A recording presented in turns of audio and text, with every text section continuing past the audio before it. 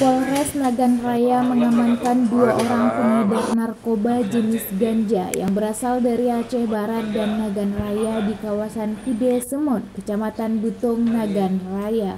Kedua tersangka berinisial G, 40 tahun, warga desa Kuala Tripa, Kecamatan Kuala Pesisir, Nagan Raya, dan M, 21 tahun, warga Pantonru, Aceh Barat, diamankan bersama dengan barang bukti berupa ganja kering seberat 2,8 kg. Kapolres Nagan Raya AKBP Risno mengatakan jika kedua pelaku tersebut ditangkap setelah pihaknya menerima adanya laporan dugaan penyalahgunaan narkoba jenis ganja dan sabu-sabu dari satu orang yang agak mencurigakan sehingga dilakukan penggeledahan, dan padanya ternyata ditemukan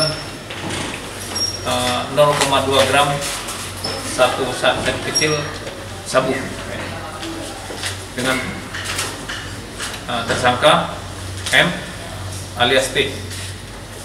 Jadi beliau adalah, atau tersangka ini adalah pelajar dari Aceh Barat.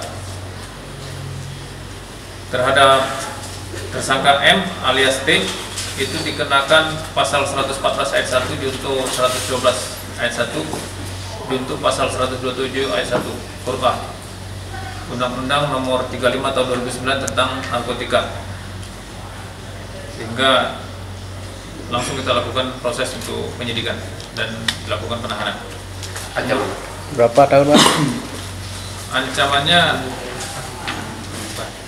minimal 4 tahun dan maksimal 20 tahun dengan denda 1 miliar rupiah, maksimal 10 miliar rupiah.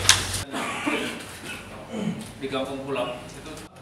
Dalam kasus ini, polisi masih memburu 2 tersangka lain sebagai penjual ganja dan sabu-sabu kepada kedua tersangka tersebut. Kedua pelaku tersebut terancam dengan Undang-Undang Nomor 35/2009 tentang narkotika. Dari Nagan Raya, Darmawan melaporkan untuk Seramo TV.